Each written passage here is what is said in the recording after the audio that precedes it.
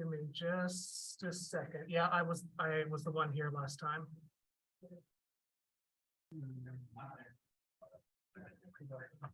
Check, check, check. Okay, I'll hand you back. Thanks, Steve. Cool, we good to go? Cool, all right, we're on at 5:30 or 4:30, I'm sorry.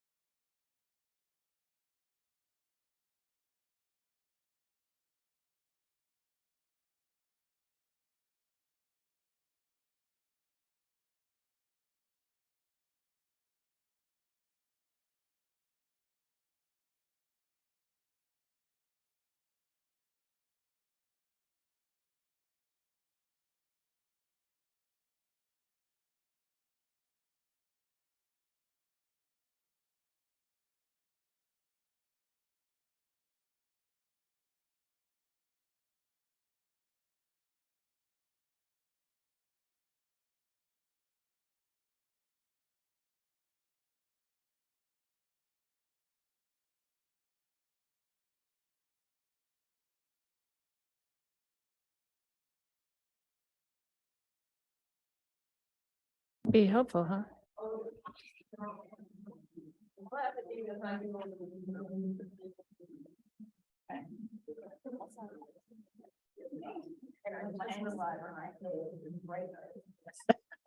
I put my age in my eye.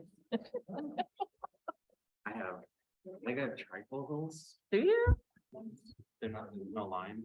Yeah, I got that. I had to get it last year. All right. You have help you asked for? Can you see me? Oh, yeah, let's go. I think, is there a rep, okay, we're good. All right. See who all we want to see here. Thank you today.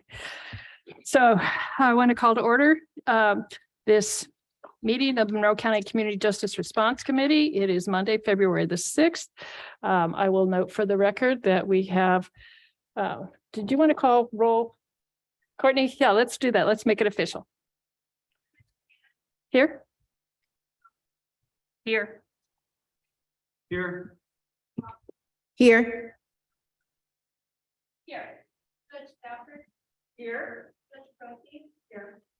Here, Martin. April Wilson. Here. Karen Brenda. Here. Thank you, and I will note for the record that Lee Jones was going to try to join us virtually. So I was chatting with my friend Judge Stafford recently, and I was going to ask her if she would start the meeting off with just a few brief sentences. Thank you for reminding me to turn on the microphone. I appreciate that. Yeah.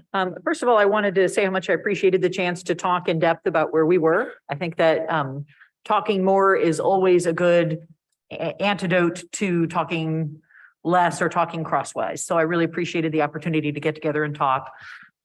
My message to Commissioner Givens, and one she wanted me to talk about, I think here today, is that I think we have more agreement than we think on where to go. And if we focus on that, I think we can make perhaps some progress.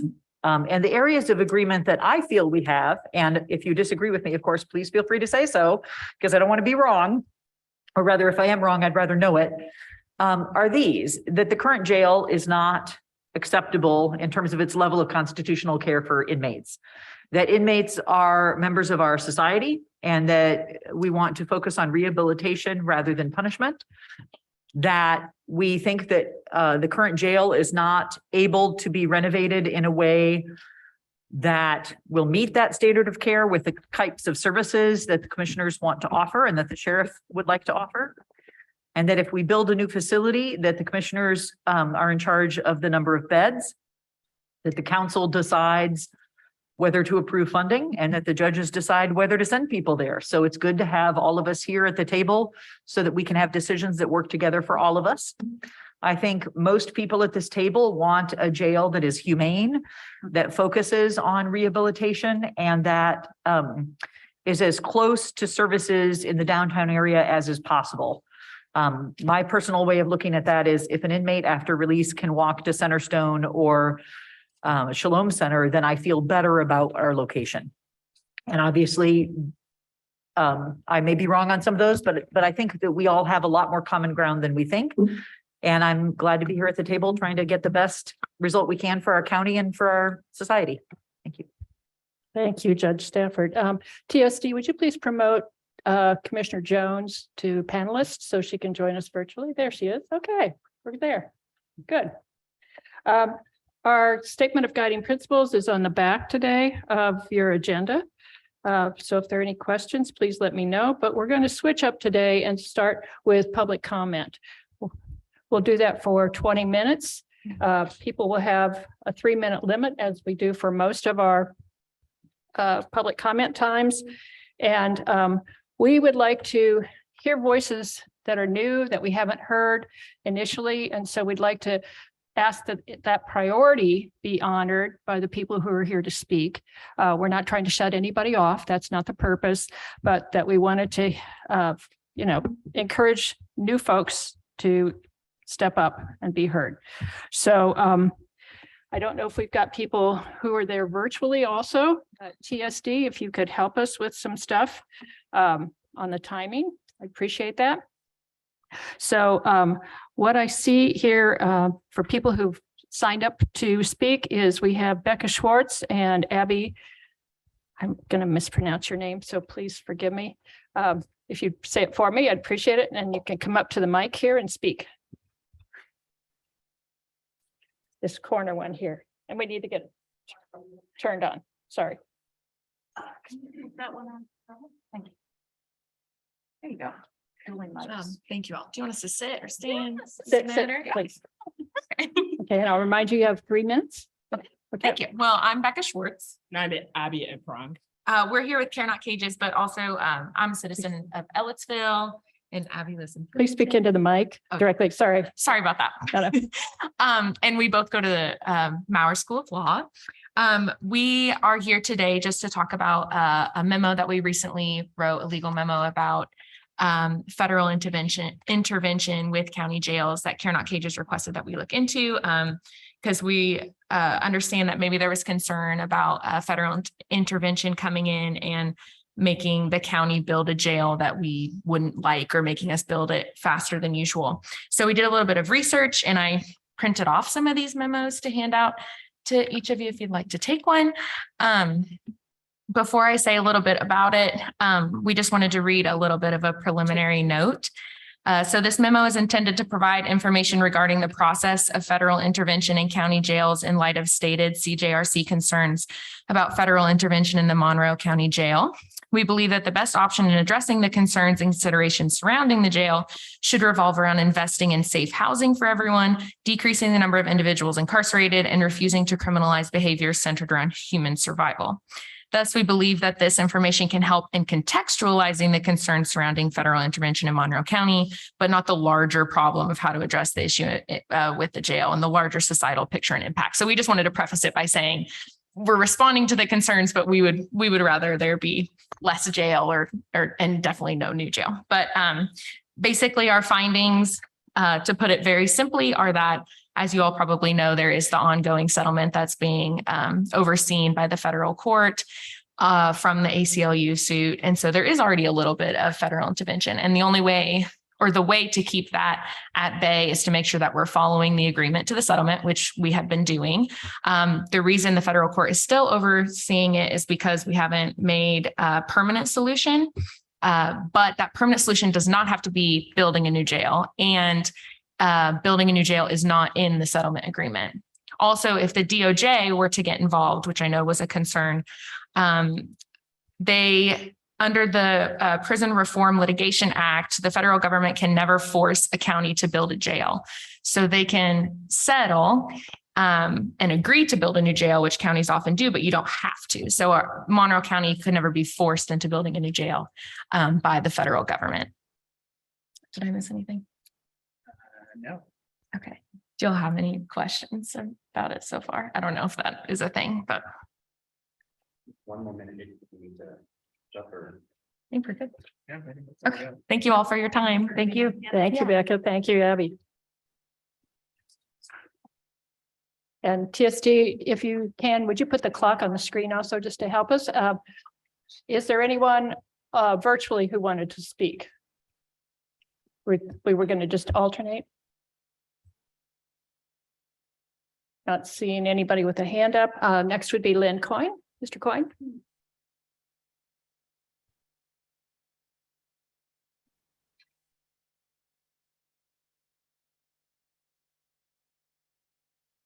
Welcome. Thank you. My name's Lynn Coyne. I'm a longtime resident of the county and a taxpayer. I watched the CATS TV recording of the meeting of this committee on January 9th with dismay. Given the serious and important work of this committee, I was stunned by the petty political bickering and infighting of the committee members. Such behavior was far below the standard what I and taxpayers of this county deserve. The same was true of the meeting held on the 23rd, except for the presentation by the sheriff on the condition of the jail. After watching your meetings, it seems to me that this committee is more concerned with posturing and politics than substantive, serious deliberation. It is disappointing. To be clear, the county is responsible for building a new jail. Whether or not a judge can order you to do that, you are likely to end up in litigation if you keep going the way you're going, and that will increase the cost to the county and everybody else, and largely may make the input of this committee, the county, and the city irrelevant. Finding a site for the new jail is the beginning. There will be a long planning and design process and ample and many opportunities for input. As the deputy sheriff said on the 23rd, if you start today, you are 5 years from opening a new jail. Our county needs to move forward now.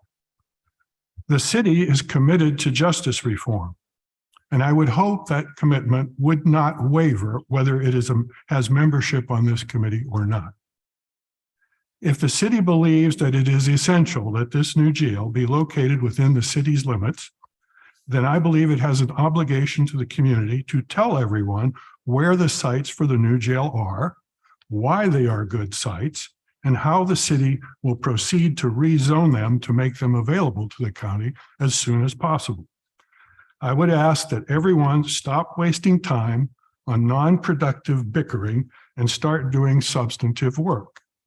Please stop the political maneuvering and deal openly, collaboratively, and in good faith with the issues at hand, finding a site, building a new jail, and justice reform.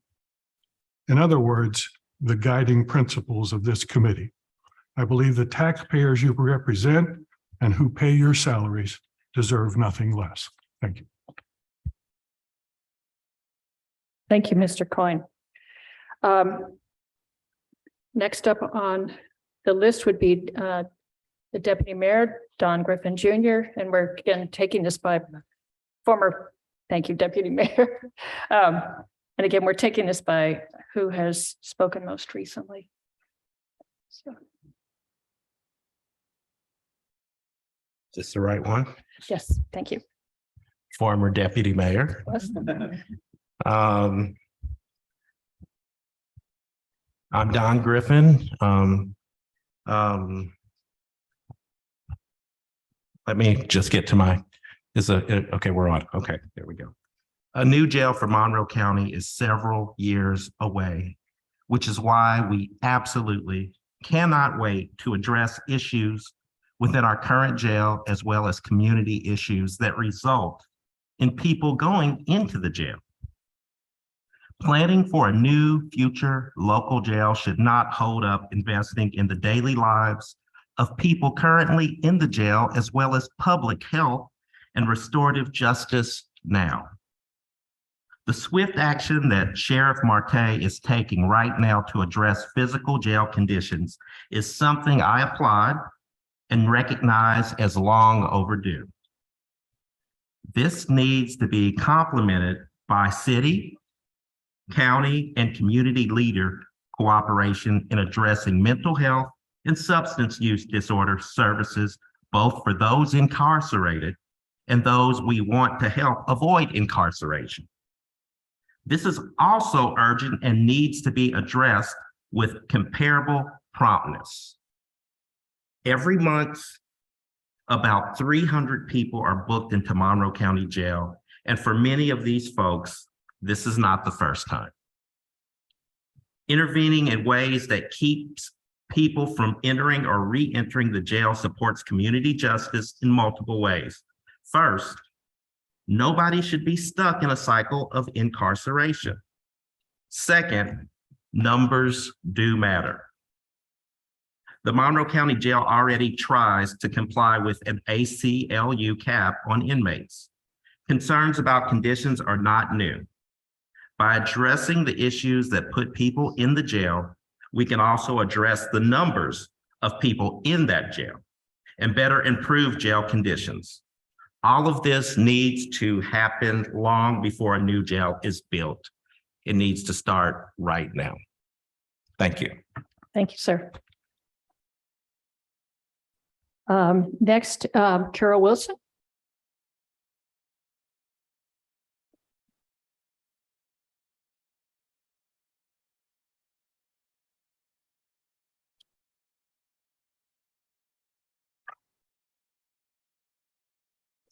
Yes.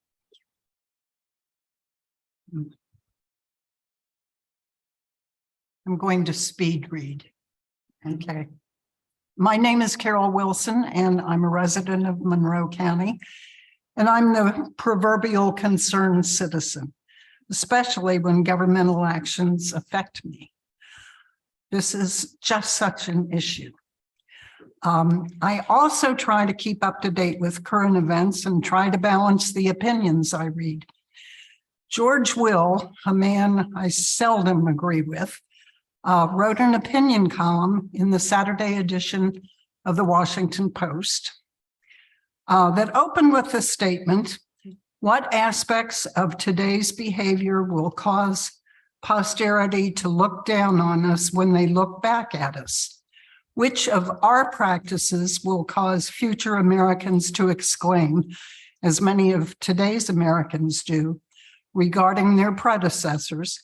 How could they be so benighted?" Of course, he was writing about Rikers Island, New York City's jail complex, which a lot of people think of as the world's largest penal colony, and it's slated to be closed by 2026. Certainly in terms of scale, the current Monroe County Jail has not yet sunk to that level. But as the sheriff's office presentation at the last meeting clearly demonstrated, Monroe County has our own realm of benighted practices. Our jail situation is a can that has been kicked down the road far too long. I don't need the sights and smells and sounds that they referred to last time. I don't need to visit the jail. I know many of you have, and I believe the reports I have heard. Ensuring humane conditions should be the baseline for further action for now and for the future. Mr. Will's concluding paragraph also I agree with. I'm quoting, "Most inmates will someday return to the communities from which they were extracted. The communities might have been improved by the extractions, but most of these ex-prisoners will not have been improved by incarceration.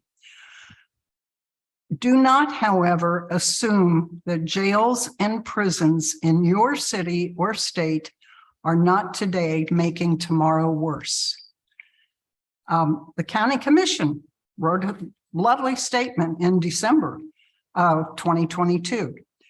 It concluded, "It's important to note that while renovation of the current facility has been deemed cost prohibitive, inefficient, and irresponsible to inmate, staff, and visitor, Monroe County officials have taken and will continue to take reasonable and necessary steps to remediate identified deficiencies that can be addressed at this time." I hope that you and the county council will continue to implement that declaration. Thank you. Thank you.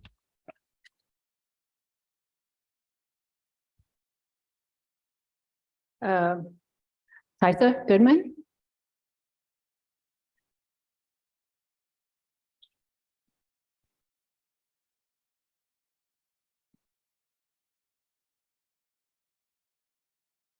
Good evening, Kaisa Goodman, Public Engagement Director for the City of Bloomington. I'll keep my remarks brief tonight since I believe the main points have been already covered in previous meetings and by previous speakers. First, I want to reiterate that we must keep our focus on public health, both in the immediate sense for folks who are currently incarcerated, and also as we plan for the future of justice and justice reform in our community. It is also critical to effective justice reform that any new jail be located close to downtown Bloomington for reasons including visibility and integration in our community, access to transportation, access to resources and services, economic impact, and more. This committee must not wait until a location and specs for a new jail have been decided on to work with community partners and stakeholders, including social service providers, the city, and others. I do want to take this time to thank the members of this committee who have spoken out with their deep and valid concerns. Concerns shared by myself, and the city administration and so many others about this process. Who is involved? What is being prioritized? And whether we are really centering holistic community justice reform. It is not easy, but it is right. And who is standing up for human rights is noticed. Finally, I want to invite the members of this committee and of the public to the State of Public Safety presentation this Thursday. This annual presentation by the Bloomington Police Department, Fire Department, and Community and Family Resources Department provides an update to the community on the state of public safety in Bloomington and the city's continuous efforts to improve it. It will be held this Thursday at 12:30 p.m. in City Council chambers at City Hall, which is 401 North Morton Street, and will also be available on CATS. I'm happy to provide any further information about that to anyone who is interested. Thank you so much for your time today. Thank you. Debbie Fish is next on the list.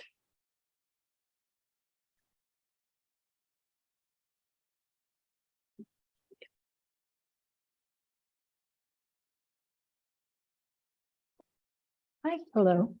I'll be very quick. And I haven't spoken for like 3 weeks. I'm here, but I didn't talk. I live in the county. I just mostly have one question. I would like to know the status of the contracts with the Center for Collaborative Systems Change, because I just feel what they have to offer as far as facilitation of pulling together that dashboard that we must have before you can decide what's needed and how to come up with a new thing. And I understand there's contracts, but like an update on when that might happen, what's gonna, become of all that. And the other thing is a real study of the cost to renovate, because all I've heard are some guesses. And I would feel more comfortable really knowing we needed a new one if I could see the real costs. Thank you. I can address the question about the IU contract, and I'm going to rely on my colleagues from the judicial bench to complete the answer if you have it. But we know that we're waiting on 2 signatures. Just one now. Okay, never mind. I don't need your help. We're good. The contract was approved by the Board of Commissioners already. It has been signed by the presiding judge. We are waiting on the signature from the sheriff. And once that signature's in place, things will move forward. And we're anxious to move forward also, for sure. Thank you. We have a little bit more time. I understand there's someone else that wishes to speak. There's Yeah. an attendee online too that wants Okay, to. if there's an has a raised attendee hand. online, let's switch to online since they've been waiting already. Please state your name and whether or not you're a resident of Monroe County. And you have Renee Miller. I'm a resident of Monroe County. Incarceration causes depressive disorders, anxiety disorders, and PTSD. So when we incarcerate 300 people a month, we're causing that harm. So I think it's important that we start focusing on the real definition of justice, particularly because this committee is now coined Justice Response Committee. The definition of justice is peace and genuine respect for people. And we've seen very little of that. As someone with lived experience, I would like to say, when I was in the system in Monroe County years ago, there wasn't much peace and genuine respect for people, and I'm not seeing it now. It is 100% hard to believe that the commissioners who did see the jail didn't know the condition of the jail. If every window was filled with the debris, that couldn't have been hidden. It had to have been seen. So when I hear statements like, oh, we didn't know, I find that hard to believe. I'm glad that the new sheriff has brought that to the public's attention. So now we can have a true outcry for movement in the proper direction. And I want to echo what my friend Don Griffin had to say. I just want to echo his comments also. Thank you. Thank you, Ms. Miller. And now there was one other person, I believe, in the audience who wished to speak. Not sure who that was.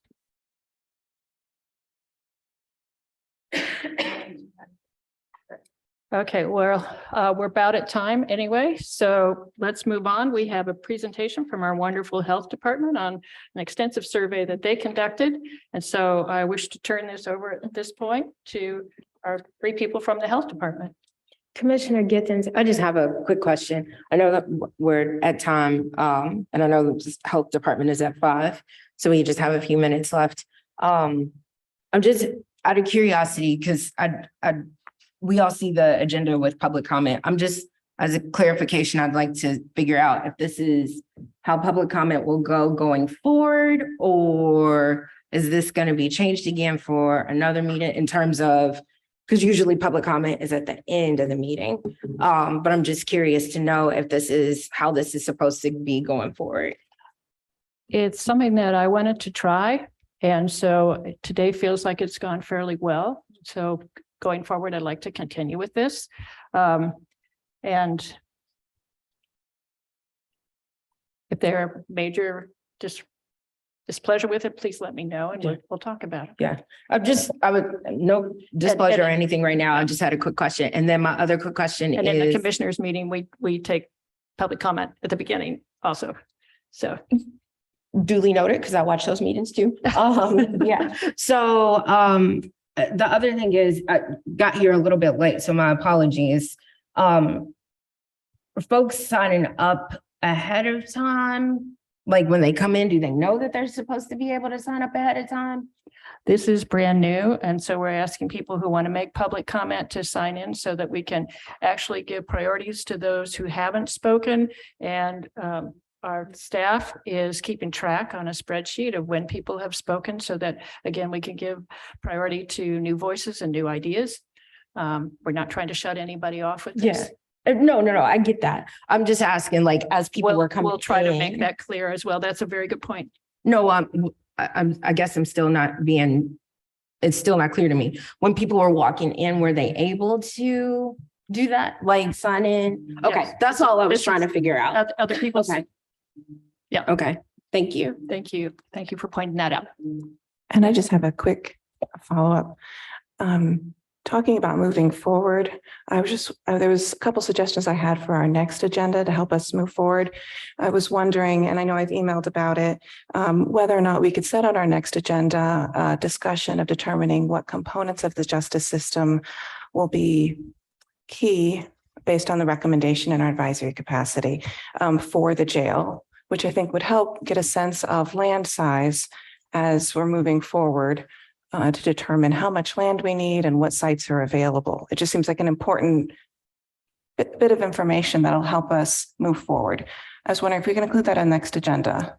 Well, part of it will depend on what happens with our timing today. The commissioners would like to share with people what our vision is for things. Also, we're still trying to see if Mr. Falk can join us next time. We haven't settled that. And so it's going to partly depend upon what else happens both today and other people outside of that. So it's duly noted, but I don't have complete control over the outside folks either. So, and yeah, sorry. And there's one last thing I wanted to add. It seems like from our last meeting, the sheriff presented a presentation that shared with us about the conditions in the jail.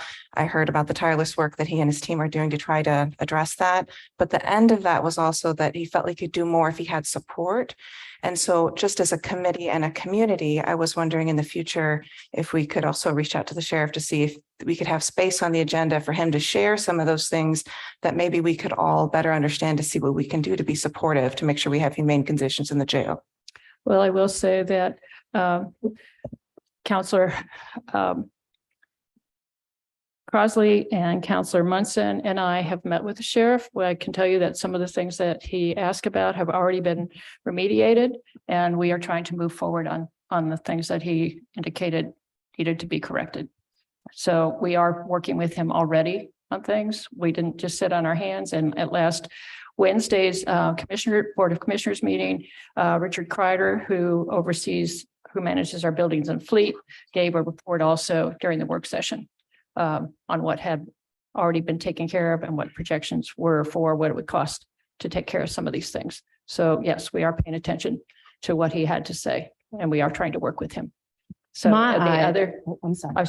the other thing I could say is that it's up to the sheriff whom he chooses to work with. So I agree. And I personally went over to see it on Thursday, and had a chance to walk through it. So as a sheriff liaison, on the council as well, there are major improvements that I've seen from the past tour that I took last year versus what we saw, a few weeks ago. And what I saw on Thursday is vast improvements. Obviously, it's still work in progress. But they really are trying. So, yeah. and we are trying to work with them. But now I'd like to turn this over to the health department. They've been I'm so very. sorry, I had one extra question based on Ms. Wilson's question. It would be of great help to those of us who are looking for land, as was requested 2 meetings ago, if we could get an information on the square footage of the current office spaces held by each of the different entities that we are considering for co-location. I don't know how to look that up on my own. I assume at some point the commissioners or council have access to that information. If that could be shared in a spreadsheet or table or however is convenient to do that, that would help those of us who are trying to do some guesstimates and who spend our Sunday afternoons looking at GIS to look for lots of land. So thank you. Well, I'll point out too that some of the things don't exist at this point. So some of that's going to be a guess if we were to do it. So I want to turn this over to the health department now. I'm sorry for the delay. Thank you.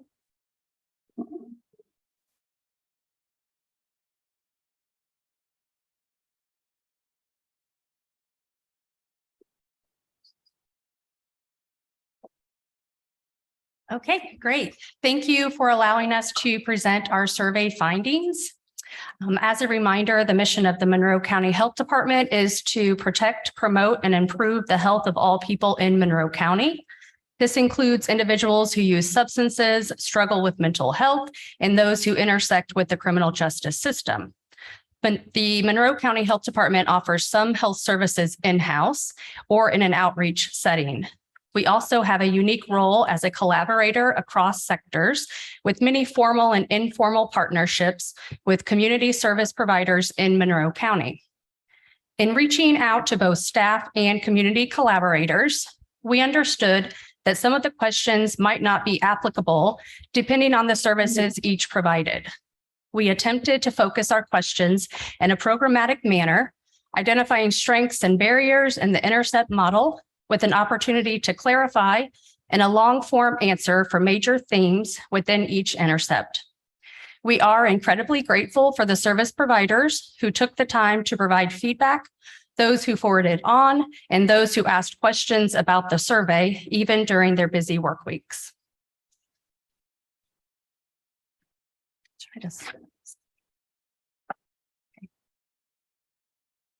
So the sampling method that we used was a convenient sample.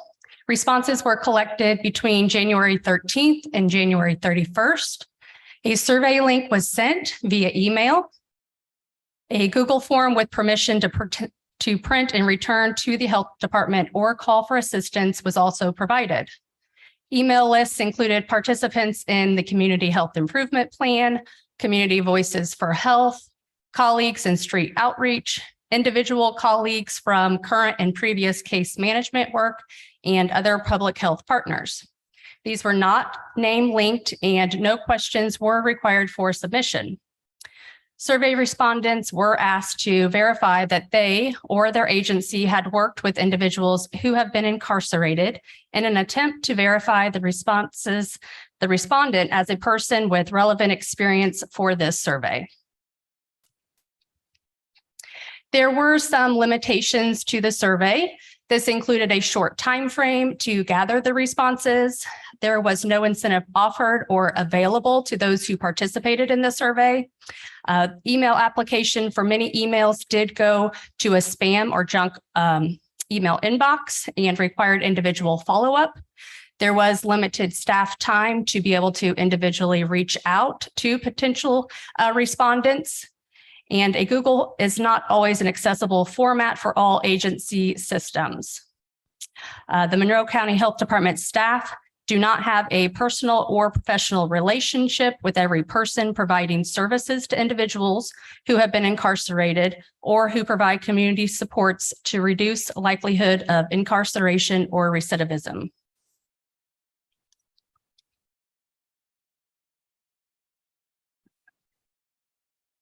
We at the health department are not experts in the sequential intercept model, but we did attempt to frame the questions in the survey around the intercepts, as this was a framework utilized in the strengths and gaps analysis by Eve Hill. From our understanding, the work of Monroe County Health Department and the work of our partners primarily falls in intercept 0, 1, and 4, with some interaction with the other intercepts. An overview of the survey topics include community services, law enforcement services in Monroe County Jail, exit planning and reentry care, and additional comments. And I'm going to turn it now over to Kathy. Okay, the key recommendations that we drew from the survey are that we need more connections, collaboration, and communication. Communication among providers and the jail staff is extremely important, both before people enter jail and on reentry planning. We need to enhance and increase diversion options for the community, which includes knowing more about 988. A lot of people didn't know how to connect with 988, and we need a lot more awareness of STRIDE. People aren't familiar with the options or what happens when people go into STRIDE, and they don't know that other people can refer to STRIDE or that they themselves can refer people to STRIDE. We need to address policy systems. Included in this is a barrier for both providers and for Monroe County. So we need to find a way to pay for additional treatment in jail. With people currently in jail, can't use their insurance. And so we need to come up with a more way to fund that. More treatment options are needed in jail. Again, I said providers do have a barrier in that they can't bill insurance. So right now, a lot of them are relying on grants. So we need to find a way around that. We also wanted to note that many of these identified barriers were also largely reflective of the report that Eve Hill did in 2021 in her criminal justice assessment and gaps analysis. Just a few examples of this. In a report, Ms. Hill states that jail is never going to be an effective mental health treatment provider and should not be relied on as such. However, mental health beds, along with substantial treatment and programming, should be available for every inmate with a serious mental illness. The jail has an important place and role to play in getting inmates with these illnesses stabilized, connected to community treatment, and able to avoid recidivism. It cannot do so if people with a mental illness or substance use disorder face barriers to participation. In addition, inmates foregoing treatment because of financial concerns likely increases crises for jail, responding to a greater security needs. She also makes the case for reentry planning. Recognizing that virtually every inmate will leave the jail and reenter the community, the Council of State Governments Justice Center recommends that transition planning begin at the same time as treatment planning for these individuals with mental health and substance use disorders. And that's just what happens in the mental community. Monroe County Community Corrections should include reentry planning, case management, and reentry programming in its treatment plans for inmates with mental health illness and substance use disorder, and engage community service providers in both in-jail treatment and transition planning. Warm handoffs to and coordination with treatment and services providers upon reentry are essential to avoid gaps in care. Monroe County should invest in case management at the jail to work with jail and community treatment providers, with supervision providers, and with inmates preparing for reentry to to assess each individual's needs, to identify appropriate treatment and service providers, to introduce individuals to those treatment providers and establish eligibility and other requirements for services upon reentry, and to share jail assessment and treatment information with the community providers to ensure a smooth transition to services. Okay. These are the community partner organizations that completed the survey, and we had quite a few different organizations, with the majority being from social service agencies and those connected with mental and/or physical health. We had 2 responses whose submissions contained only an organization name with no feedback, so their submissions were not included on subsequent questions. All of the organizations going forward all said that they had worked either themselves or the agency with at least one person who had been personally impacted by the criminal justice system. Okay. This would be under community services, and that's up to and including Intercept 0.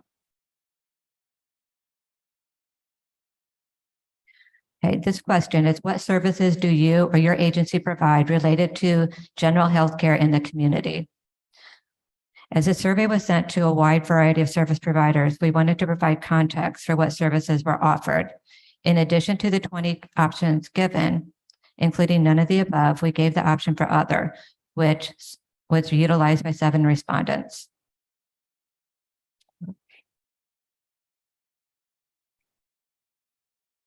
Okay, I went too fast, sorry.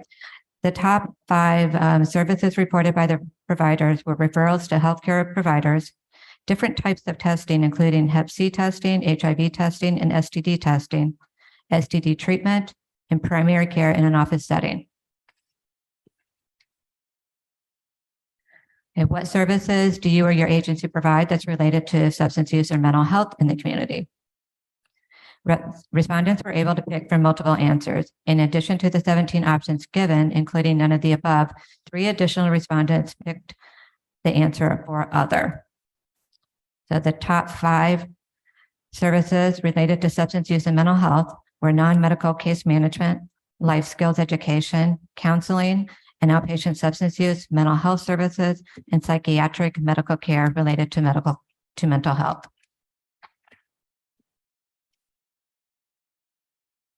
When providers were asked who that they contact first when a client or patient comes to them with a mental health or substance use related crisis, they were able to select from 13 answers. So they were able to select multiple answers. 4 responses answered to the other category with an individualized note. And this person selected that they didn't like to call 911 because one of the medical providers in the community checks warrants upon arrival. But the top 4 respondents were making safety plans with clients themselves, connecting to other staff within their agency, connecting with IU Health Hospital, including the ED, and connecting with Meadows Hospital.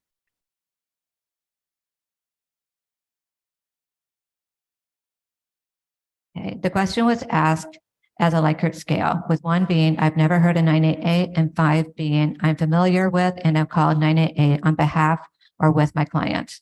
The majority of the respondents indicated that having at least some knowledge of the 988 mental health hotline, with the majority being right in the middle.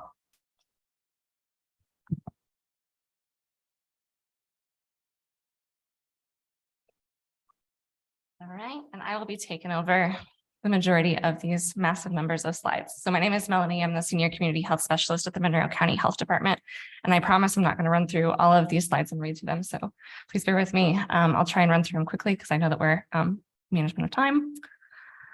So 75.8% of our respondents said that there had been a disruption in their ability to provide any health service to clients becoming incarcerated. Only 15% did not, and then the rest did not know. And so in addition to this packet with the PDF, we also have a separate packet with just the survey responses that's also available online. And I have the pages indicated on each of these slides as well, just for reference for anybody that's watching at home. So the question of if yes, please briefly describe the nature of this disruption and any health outcomes for the client or patient. The major themes here were medication being disrupted, case management being disrupted, a general destabilization of incarcerated folks across all facets of wellness. And I will scroll through these, but you can again read them on pages 4 and 5 of our survey responses and questions PDF. We had a lot of really in-depth responses. So 45.5% of our respondents said their agency was able to continue services either by their agency providing them or the jail providing comparable services while the client was incarcerated. 48.5% said no, and the remainder said that they did not know. And so a clarifying question, again, to briefly describe how you were able to maintain those services and the continuity of care and how that contributed to the well-being of your client. The two major themes that came out were allowing community providers into the jail for paperwork and case management services, also the ability to provide testing and medication in jail. All of these long-form responses are on page 6 of your survey responses and questions packet. Again, we had a lot of really exciting information in here. 35.5% said that a client had or a patient had ever missed an appointment. Gosh, I can't do this. That had resulted in probationary terms for that client. And then 30.5% said no, that their client or patient had, let's see, it's very well. If a client or patient has ever missed an appointment with you or your agency that was required from probation, 11.5% said that that violation did result in incarceration for that client or patient. So if the client or patient was ever incarcerated following missing appointment with you or your agency, what challenges did that client report that contributed to their missed appointment? So we made a shorter version of this graphic. The top respondents said that the client was experiencing a mental health or a physical health crisis, including being in the hospital. That accounted for 70.6% of our respondents, followed by no phone or lost phone, 64.7% of respondents, and then something related to transportation. So a personal vehicle failure, no ticket, no bus ticket, or a lost bus ticket, 52.9% of our 17 responses. And this is in detail on page 7 of the survey responses and question sheet. So what, if anything, could be done to improve the continuity of healthcare for persons incarcerated in Monroe County Jail? All 33 respondents did respond here. I do want to note that this one also had the option to select other. So we had OB services, one person saying no new jail, access to regular visits, medical care free of charge, and also if individuals who are incarcerated had access to the phone to call treatment centers during regular business hours, noting that often they've heard from clients that they're only able to use the phones at inconvenient times, such as 3 to 5 a.m. But the top 3 responses here of what, if anything, could be done were continued medication, having a psychiatric or medical eval during entry, and the inmate's ability to maintain insurance while incarcerated. And these are also seen on page 7. Right. So thinking about Stride Center and diversion services, 37.5% of our 32 respondents here said that yes, they had made referrals to the Stride Center. 40.6 said no, and then the 21.9 remaining said that they were not sure. In terms of if they or their agency had ever received referrals to provide health services, the majority said no in the Stride Center. That is 11 or 35.5% said they don't know.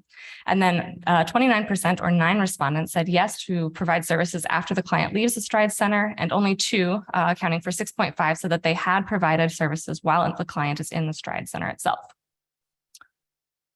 So talking about barriers regarding referrals to the agency or from your agency to the Stride Center, as Kathy alluded to, the top response was I or my colleagues are unaware of the outcomes, either positive or negative, for clients who've used Stride services, followed by my colleagues don't know how to make a referral to the Stride Center, followed by the client or patient does not trust Stride, and followed by I or my colleagues are not familiar with the criteria for admission to Stride.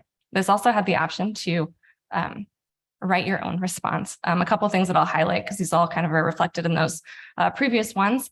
I think that the fact that only BPD and IU Health ED could refer them at first really did them a disservice. There was a lot of talk about it being such a great resource, and then hardly anyone could refer to them.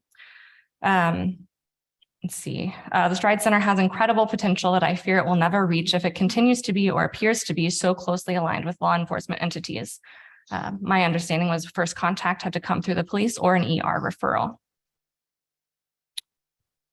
So we followed that up to ask folks to share any additional recommendations or ways to support diversion programming. And the major themes here was that jail should remain in town, that transportation is a major barrier across the services that the person is trying to access.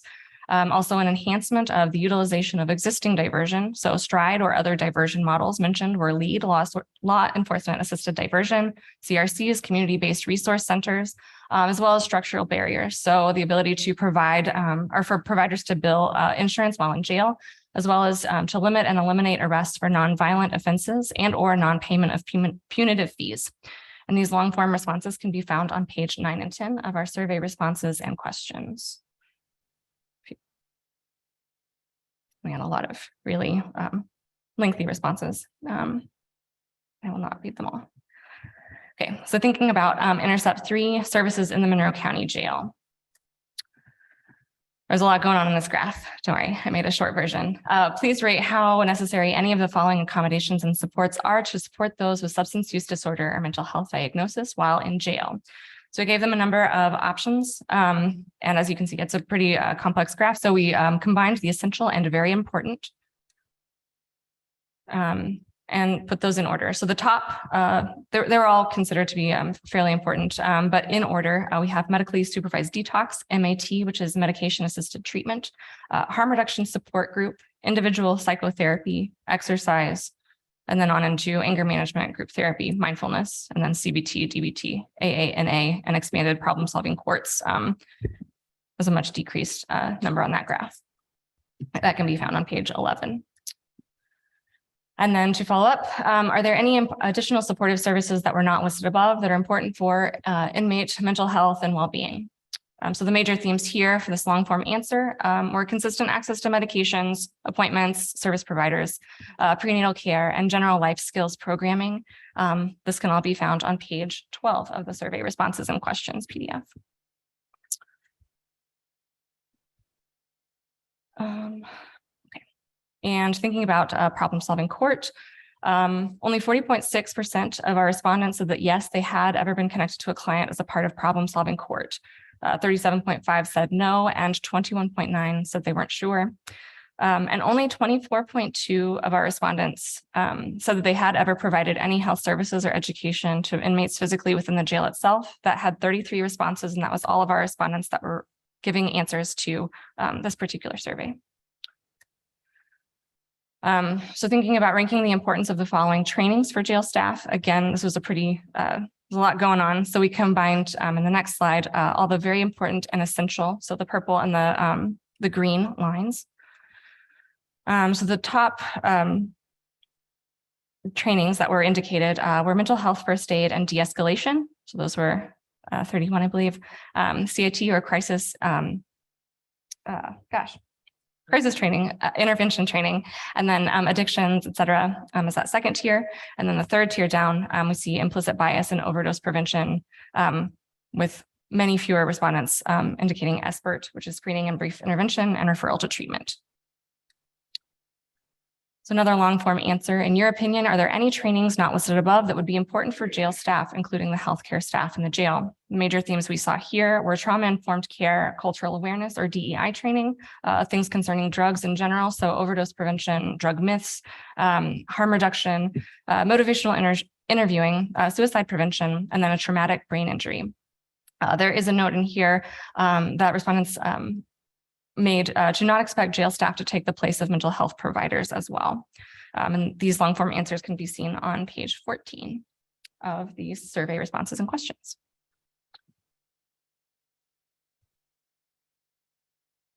So looking at factors that contributed to success or barriers of group or one-on-one. So this slide is about the success of programming.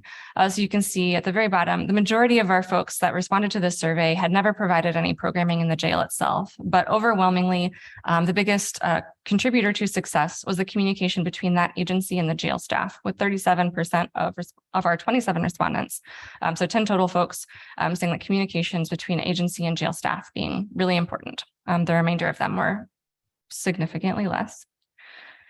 And notably, the biggest barriers were also communication. So between the agency and the jail staff, or communication between the jail staff and the inmate or client. So that was 32.1% agency and staff, 35.7% jail staff and inmate or clients, with again, the majority not having given programming. Just thinking back to the questions that have been asked in a couple of earlier surveys. If you've ever met with a Monroe County Jail inmate in person, one-on-one, how easy was it to schedule an appointment? The majority of our folks had not scheduled those appointments, but 21.1% said difficult, followed by 13% saying it was somewhat easy, and then a tie at 8.7%, either somewhat difficult or not easy or difficult. If you have ever met with Monroe County Jail inmates in a group setting in the jail, how easy was that to schedule the appointment? Again, majority of our folks responding said that they did not schedule the appointments, but a tie at 14.3% of respondents saying difficult or somewhat difficult. And how often are you delayed in a meeting with an inmate because of either jail staff limitations, limited appointment times, or all meeting rooms are used? The majority of our folks responding to this question said no opinion or do not know, although jail staff limitations had sometimes infrequently at 5 or greater responses.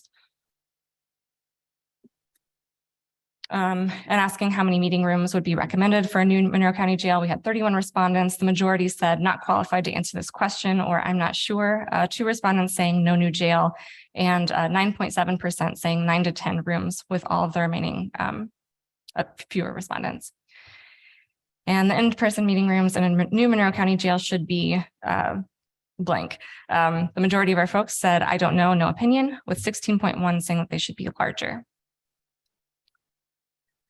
And 65.6% of our respondents said that the ability to speak with a Monroe County Jail inmate via video would assist them in their job responsibilities. 32 responses out of 33 folks here.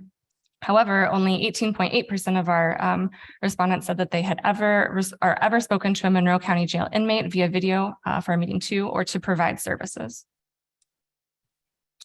And for folks that had, know that we didn't have a large number of folks that had reported speaking to an inmate via video, but for folks that had, how easy was it to schedule an appointment? 8.7 said difficult, but the majority said they did not schedule an appointment. And for folks that had ever spoken to a Monroe County Jail inmate via video, how often they've been delayed in speaking to them. Again, this is kind of a lot of information going on. So we took out the no opinion and do not know for a simplified graph, which still has a limited number of respondents. Most of them are never. So jail video technology issues, my office's video tech issues, jail staff limitations, limited appointment times, or all meetings are in use. We can see that jail video tech issues sometimes infrequently, but there's a limited number of people that are responding to this particular question. But you can see this one also in detail on page 17 of the survey responses and questions PDF. For services that have never been offered in the jail, has there ever been an attempt to provide those services in the jail that were unsuccessful? So, yes, there's a lot going on here too. My organization's services are paid for with Medicaid, and this insurance is lost. So I guess the top 3 in the second slide, also on page 17. But the number one reason is because services are Medicaid billable. The next highest response was insufficient jail staffing to support that additional programming, and attempts at services were halted by COVID. Those were both at 40% of our 15 responses. So a long form question of please describe any additional clarifications or recommendations regarding ways to improve the provision of services for inmates in a new Monroe County Jail. Our 2 major themes that we pulled out here was that jail would be best in a central downtown location, again, close to services, and a need to increase capacity for a provider to provide services, particularly billable ones inside the jail itself, using external existing service providers. And the long form responses to this are on page 18 of the survey responses and questions. So thinking about exit planning and reentry care for Intercept 4. Only 17.2% of our respondents had ever reported collaborating with jail staff in the process of reentry planning or post-incarceration care as a part of the inmate's exit from jail. And that was 29 of our 33 respondents. So if you or your agency has ever collaborated with jail staff in the process of reentry planning, what were the factors that contributed to the success of that planning? So we made a smaller graph, make it easier. The top 5 responses, top response: bed available in inpatient or substance use health facility the day of release. That was 20% of our 20 respondents, followed by an even tie at 15% or 3 responses for communication between the agency and the jail staff, a bed being available at a sober living home, the client or patient having access to transportation the day of the release, or I or my agency has not been a part of successful reentry planning. And those answers are also all on page 19 of the survey responses and questions. So if you or your agency has ever collaborated with jail staff in the process of reentry planning, please select the same factors that were barriers, if any. And so this one is pretty much just the top options where most of the folks had never participated in reentry planning. But the number one at 21.1% was the process of scheduling an in-person appointment being a barrier, as well as the client or patient not retaining their home or apartment, regardless of whether it was rented or owned. And the other ones were pretty similar, but all of those responses are also in the packet. And 61.5% of our respondents said that they had provided health services to a person that was recently incarcerated that they did not have a part in the reentry planning process. And a long form question of, in instances where your staff or services were not included as a part of exit planning, please describe how that contributed to how that absence of collaboration affected the health and well-being of the individual that was incarcerated. There's one major theme here that a lack of collaboration leads to confusion about next steps and a delay in supportive services for the client in the community. And these responses can be found on page 20 of the responses and questions document.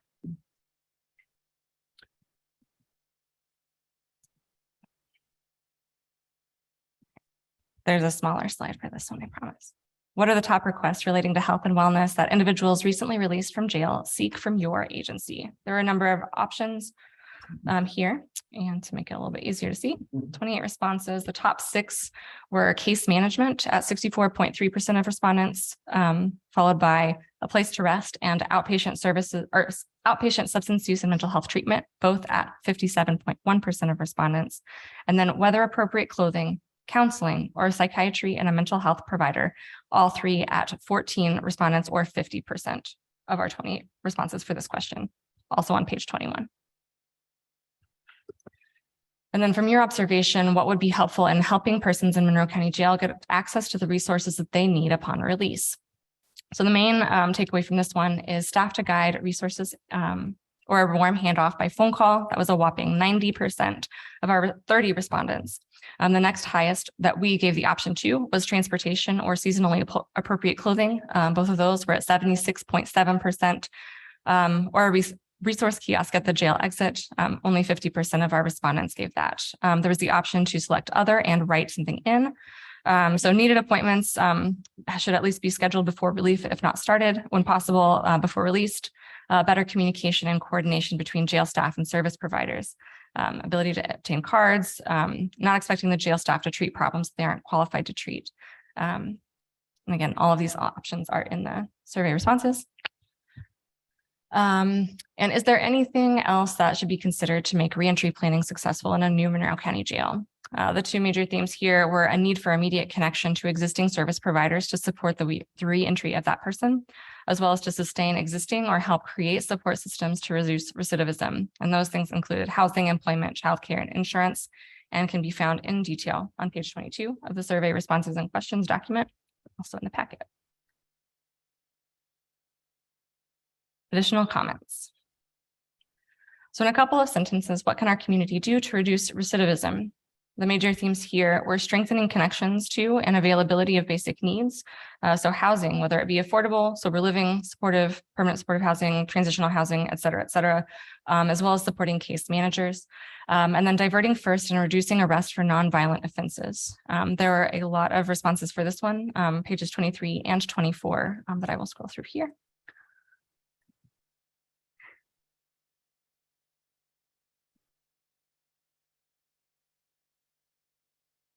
And as planning for the new jail continues, is there anything else that we should be aware of relating to healthcare services and the carceral system? So the three major themes here were a need for more communication, collaboration to build successful partnerships, and ensuring availability of non-coercive treatment options that are not connected to jail, and allowing for opportunities to hear from people who are or have been incarcerated. And these responses are on page 25. If you're following along in the survey responses and questions document.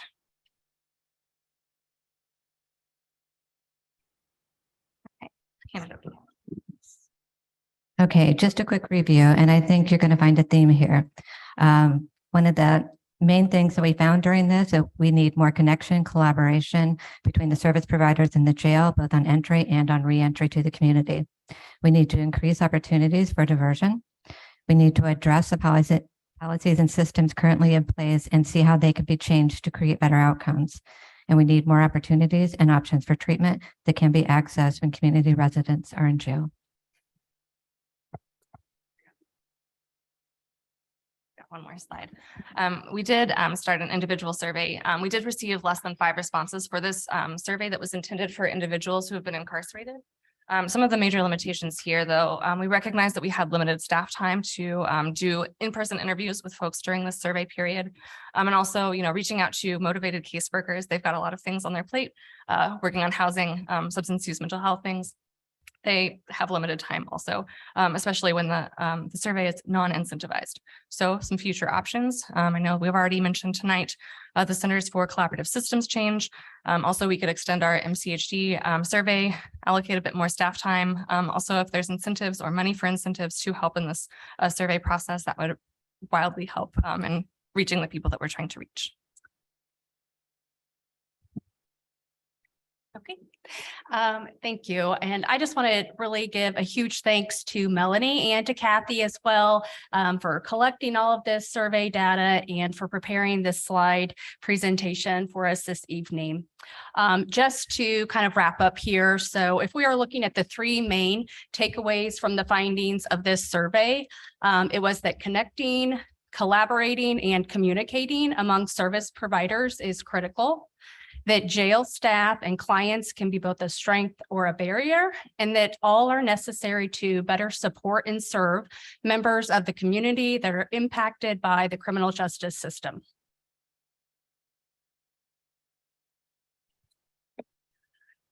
Wow, that's a lot to digest. Thank you. Are you willing to take questions? Yes. Mr. Counselor Iverson. I just wanted to remind the public that all of the slide pages that were referenced during the presentation are on this body's website, the Community Justice Response Committee's website, as well as you can see all the questions and the long form answers, which due to time constraints, I think we breezed through pretty quickly here. So thank you for providing those ahead of time. I think the committee got those ahead of time as well. So we really benefited from your organization. So I just wanted to say thank you to you for getting all that done. Are there other questions or comments from all this? Counselor Cross? So thank you to the health department. I think I have more of a comment and going through as you guys were going through your slides. I pulled up what we had on the website and just kind of going through. But it's definitely a theme, as y'all have pointed out, that number one is it seems to be like location. Seems to be the biggest theme that I take away from all of this, as well as another big thing that I see is collaboration. And folks want to work with each other and have a desire and a strong need to work with each other. So as we sit here and think about the revamping of this committee and whatever is next for us, I think that's definitely something that it would be great for us to start thinking about, is how we can collaborate with these groups and organizations as well. And of course, I know Ms. Wilson had pointed out as well in terms of location. But I think these are things that we have to start thinking of in next steps. And I understand that there is some type of like an urgent push, but I would really recommend again for us to really think about these things in terms of the common thing, because we heard this in the judge's presentation, we heard this in the prosecutor and public defender's presentation. We also hear it in the health department community or presentation as well. So there's obviously some type of major theme that we have that's going on where all of our, if I dare say, lanes intersect here. So I think that is really important for us to think about as a committee moving forward. Thank you, Counselor Crossley. Yes, Judge Stafford. Thank you. I'm going to borrow Ms. Wilson's microphone with your kind permission. Thank you. First of all, I want to echo the thanks that the other members of the committee have given. I think this is incredible information for us to reflect upon. I'm going to ask you what I often ask litigants in my courtroom, which is if you had a magic wand, where would you start? So would you, and just for example, would you recommend that we start with social workers as part of the jail staff to do exit planning with inmates before they're released? Would you recommend that we start with what services in the jail? Because services outside of the jail are eligible for Medicaid funding and have a lot more options. But my understanding is, and I'm not an expert in this, is that services within the jail have to be paid for by the county. And so I'm just kind of asking a question of where can we start? Because of course, we don't have to wait for a new jail for these services to start, right? We could just start these. And I think we have a chance to hit the restart button with the new sheriff and the new commander in the jail. That this is a place that we could be starting. But so your magic wand? Where would you wave the wand?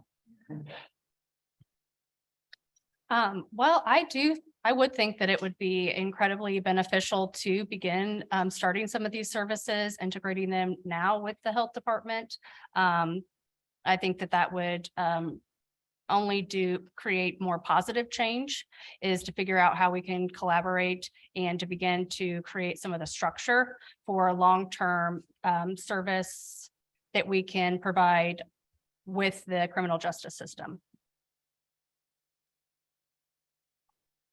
So what position would you fund first?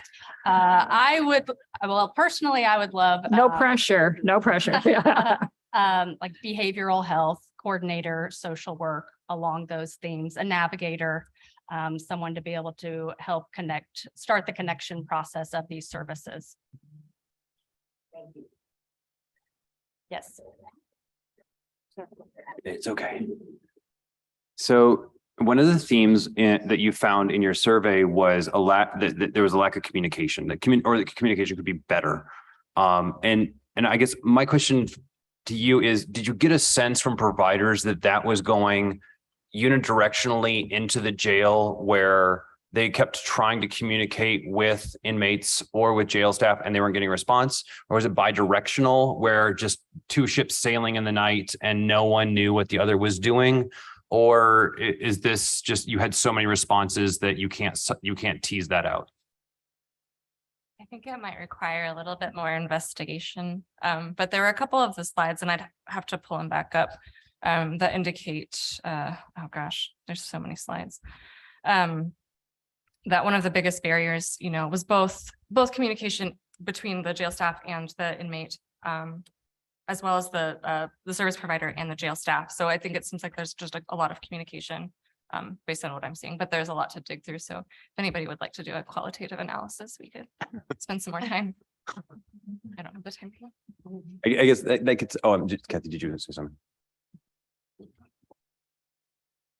Just some initial things that I think could happen and could help a lot is one, inmates being assessed when they come into jail, both for mental health issues and physical health issues, and two, case management. Somebody doing case management would help tremendously, both connect the inside of the jail with activities there and the outside providers who can help when they get out. So many questions. Louisa, Commissioner Thomas had. Yeah, actually it's more of a comment, but I do want to extend my thanks. This is really helpful, and it really underlines a lot of things that we've already seen in other facilities and in other communities that we could replicate and or even improve on. But just a point of interest is the focus here has been on intercept 0 to 5, and we often also talk about intercept 6. And I just want to make a note for those who are following at home or here that a number of the issues raised in 5 really apply to 6 as well, which is reducing recidivism, preventing recidivism, and so it could be used either way. And so, but I really appreciate that insight and that you covered that whole span. So thank you. Yes, Ms. Wilson. When you mentioned case management in the jail, would you mind extrapolating on that a little bit of what, if you've received any information of what that might look like, what specific components would be helpful? I can't speak to what Kathy was saying, but in thinking about that warm handoff, that actual like creating a structure for what is that person going to do as soon as they get out and how do they get there? I think about that, I guess, as a component of case management. If I was going to answer that question, it seems like that came across fairly strongly, even in the questions where we had, these are your options, but you also have the option to select other. Is there a way to, set that person up with a medical appointment, set them up with their insurance provider, make sure that that person has a plan for when they're getting out and is able to effectively make that happen. And it's not just handing them off like, here's a piece of paper, go, good luck. Having somebody to, I guess, kind of handhold them. I don't know if that answers your question. Maybe you have something else to add that you were thinking of that's not that, Kathy. I think Melanie covered it pretty well. The only other thing I would add is case manager could keep track of them while they're in jail too, and make sure that they're getting the services that were deemed appropriate for them. I appreciate that. I actually have a follow-up question. It looked like from your presentation or the notes we'd received that there was an email list, a couple email lists that you were working with. I was wondering, in kind of an effort forward to work towards better communication, is it possible to get a list of the service providers and a point person? Because I know when we've tried to attempt a warm handoff, sometimes making that connection to the right person has been a challenge. And I was wondering if that's something with some of the resources that you have, you'd be able to help us kind of compile a point person list. I don't have a current active point person list, but on our community health improvement page plan, part of the website, and I can send you a link to that. We do have a list of our participating agencies in that community health improvement plan because some of the participants are using their personal emails. We don't have that publicly listed, but we do have a list of the agencies that are participating and an email link also to the contact page of that email, if that is helpful, if that is somewhat useful. I think we'd also be happy to create such a list for you if you guys want something like that. So I would be very open to it and would use it. I know that has been one of the challenges that I've had before. So if we can help, that's a good step towards communication, it seems like, for all of us. Yeah. And maybe there's even an opportunity to create some kind of dashboard that could be used fuller in the community for something like that. That's a very good idea.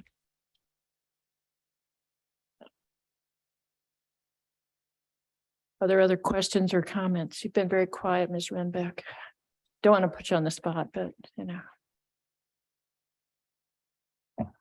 I mean, I don't have anything to add. I thank you guys for doing this. I know how much work this was on a pretty short timeline. So thanks for reaching out to all these partners. Our office works with them a lot, and we're happy to have their input. Judge Carothy, anything? Counselor Wiltz? I was overwhelmed reading through this earlier with the individual things that were answered, and some of them were a little bit startling to me about the actual breakdown in the communication that seemed to occur. So I hope that with a new sheriff in town and with a new jail commander that we can start to erase some of those things, and create new lines with everything. But I appreciate the comments here tonight also. Commissioner. Maybe you have one. Yes, sure. as far as communication, and maybe Ms. Rhinebeck can speak to this more than I can, but when I was a public defender, the jail wouldn't always answer the phone when you called to set up an appointment. And also there are only 2 rooms, really 3 if you count the law library, where you can meet with service provider, your attorney. So I think right now with the jail staffing as it is, it's probably not gotten any better. And when you saw the conditions of the jail, you can kind of understand why it might be hard to retain people, but I think that's probably one of the issues, so. But we do have the opportunity for some of the uses of tablets and telehealth and those kinds of things now too, that we've become much more proficient, I hope, at using since COVID. Before we end today, I wonder if we could make sure that we have at least a list of potential agenda items. I understand you can't commit to those right now because we don't know whether Mr. Falk will be available and et cetera, and I'm not asking for that. But I just want to make sure that everyone has a chance to say the 1 or 2 things that are present as things that need to come next. I think our committee has validly faced some criticism for not moving forward. I think we're all here on the same page wanting to move forward, but in a way that because I'm a lawyer, I have to say involves due process, meaning everyone has an opportunity for input and et cetera. I know for me, I would like that square footage number. I don't know if that's possible, but that would greatly help me look at things. And I'm a frustrated architect, so I would like to, rough up some things more than I have. I know Ms. Wilson has talked about transportation, and I echo her concerns. I don't know if the jail is able to do any cost estimates on what it would cost to move inmates back and forth to court. If the court and jail were not co-located for a period of time, as that would help us, I think, plan whether we need to build all at once or not. And obviously, when I say we, I mean the people who are statutorily charged with making those decisions. We're just advisory. I get that. I'm not in any way trying to overstep that. But I think that the more we have those data, the better this committee can make recommendations, and then you all can decide whether to take them.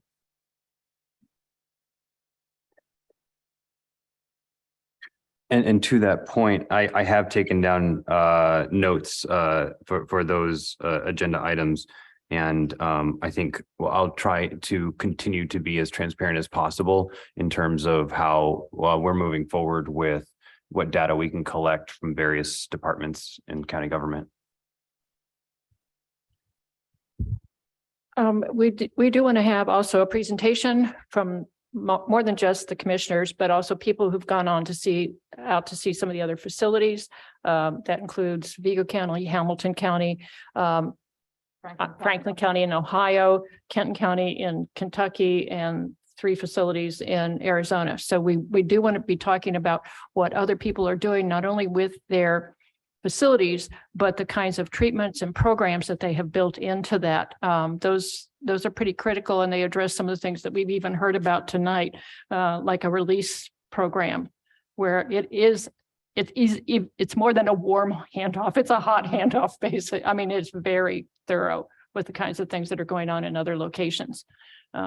So that's one of the things. We do want to have Ken Falk come and talk.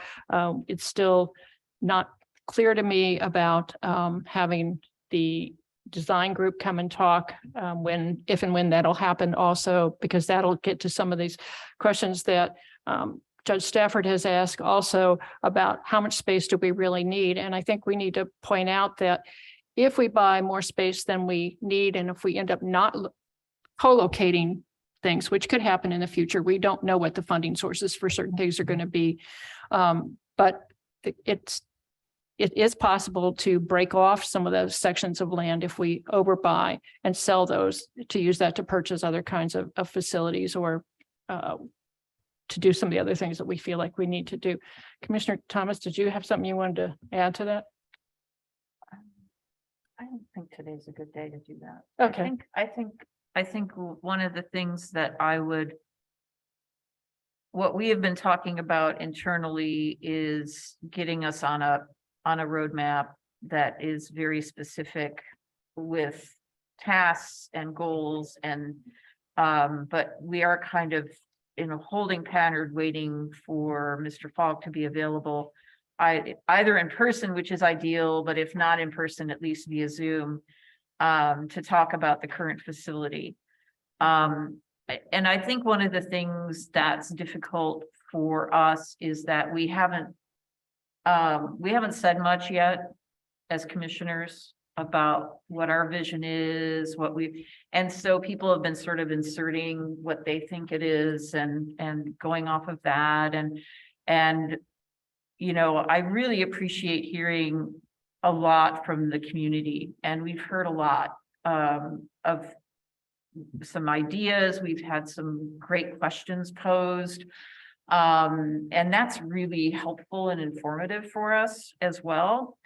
But a lot of the time as well, we've been hearing commentary that's actually not factual. And that just tells me that we're not communicating yet clearly enough. So I think we do need to have that opportunity at some point soon, and I hope that we have that. I just don't think today's the day for that because we're short on time.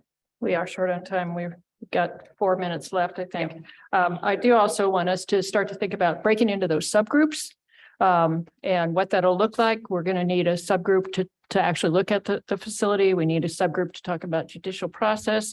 It was recently brought to us that maybe we need a subgroup to start to talk about some of the treatment, which coincides with what we've heard today here, and who would be on, especially that treatment group, because that's something brand new that we'd want to do. And those subgroups, we hope will extend beyond just the group that we have sitting around the table tonight to include other people, because they certainly have a lot to add to our discussion.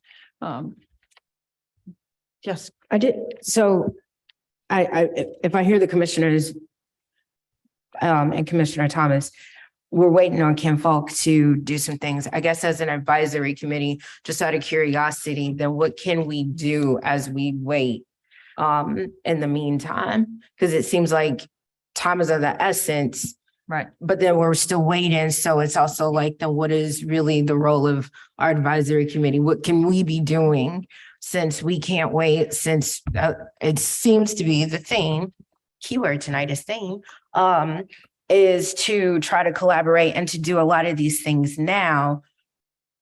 How can we start implementing these things as we sit here and wait on other people to be ready? Because it seems to be we can do these things while we are waiting.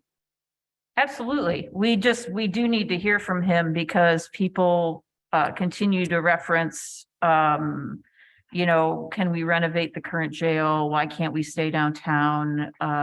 And those are mutually exclusive and sometimes the same question. And we do need to hear from him. And I'm just hopeful that we can hear from him in the next meeting or two.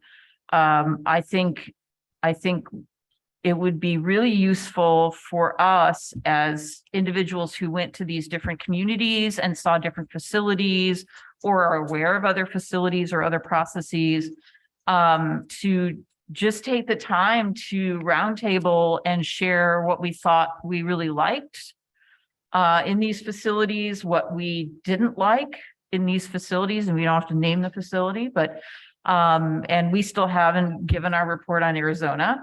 So that would be useful, I think, for folks to hear, because we saw some really incredible things there that we all really agreed, liked. yeah, would be wonderful if we can find a way to fund it. And so I do think having that roadmap, planning to have a roundtable where we think about what we've seen wherever it has been that we like and don't like, and being able to share that in one place at one time, I think would be really useful for all of us to hear. It's not just what any one person thinks, but what we all think and what we've all seen. And it could be anything from, you know, whether the medical check goes before the scanner, whatever it might be, the case management we saw in the facility at Arizona was really incredible. So I just think that that's what we need to do. And hopefully we can get Mr. Falk here either at the next meeting or the one after it. You know, it's just out of our hands in terms of his schedule, but we're working on it. And certainly it's not saying we stop and wait for him, but it's just something that as a full group, I think it would be useful to have that presentation from Mr. Falk. Counselor Iverson, would you work with me on putting together a list of who saw different facilities so that we can tap them for that facilities discussion? Yes, we have that data. Okay, yes, this was it. So from what I'm hearing you saying is that it sounds like the commissioners have already made at least some decisions. And maybe at the next meeting, if Ken Falk isn't available, you could share some of those so we could use those as starting points to figure out how we're moving forward. Because that's, I'm kind of hearing that, is that some decisions have already been made, and then we can start from there. Rather than decisions, they're more of our goals and our dreams and our understanding of what needs to be happening. I would be open to hearing them. I think that would maybe help us. I've made some agenda suggestions and it seems like they don't fit into those goals and dreams. And I'm just trying to figure out where they will fit. Sure. Because I'm also trying to move us forward. So maybe you could just share that roadmap with us. We've been working on it. It's rather elaborate for us and going back and forth as well. So yes, we have been working on it, and we've also been working on the presentation on the facilities that we've seen. So we will try to have one of those by the next meeting. Yeah. Yes. Unless we have Ken Falk here. So because that we have to wrap him into this. So, but yes, we are working on those. And if I can, there is a member of the public that is on Zoom that asked if we can confirm the date and the time of our next meeting. I see it here on the agenda, but I just want to make sure, I'm assuming we're going back to where we were originally with the first and third, since it's on, according to the agenda, it says February 20th. Is that, okay. That's the third. That is President's Day, but it is not a county holiday. Right. Gotcha. Which, okay. Yeah. So that might be why that question arose. Gotcha. Yep. Okay. So for those in here, and those that might be watching later and those that are here on chat, our agenda says that next Monday, or next meeting rather, is Monday, February 20th here in the Net U Hill Room at 4:30 p.m. So plan accordingly. And I thank everyone for being here. Judge Stafford. I just wanted to indicate that I don't think too many of us are opposed to meeting more frequently if we need to. We recognize that these problems are urgent. If you want us here every Monday, I'll be here every Monday. I think we need to keep that momentum. I really think tonight's meeting was very productive. I really appreciate that. Happy to be here as much as we can. I think we have a good plan for momentum when we break into groups. I think that momentum hopefully will accelerate. And that's our goal anyway. So. And I just add that I'm happy to come every Monday because I know with subcommittees, it's difficult to imagine a subcommittee that wouldn't require a member of the Public Defender's Office, the Prosecutor's Office.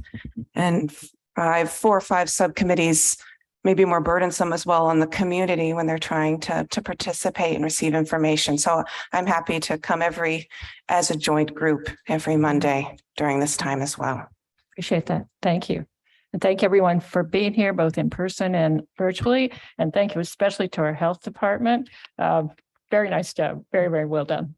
Thank you. Thank you. Have a good evening, everyone.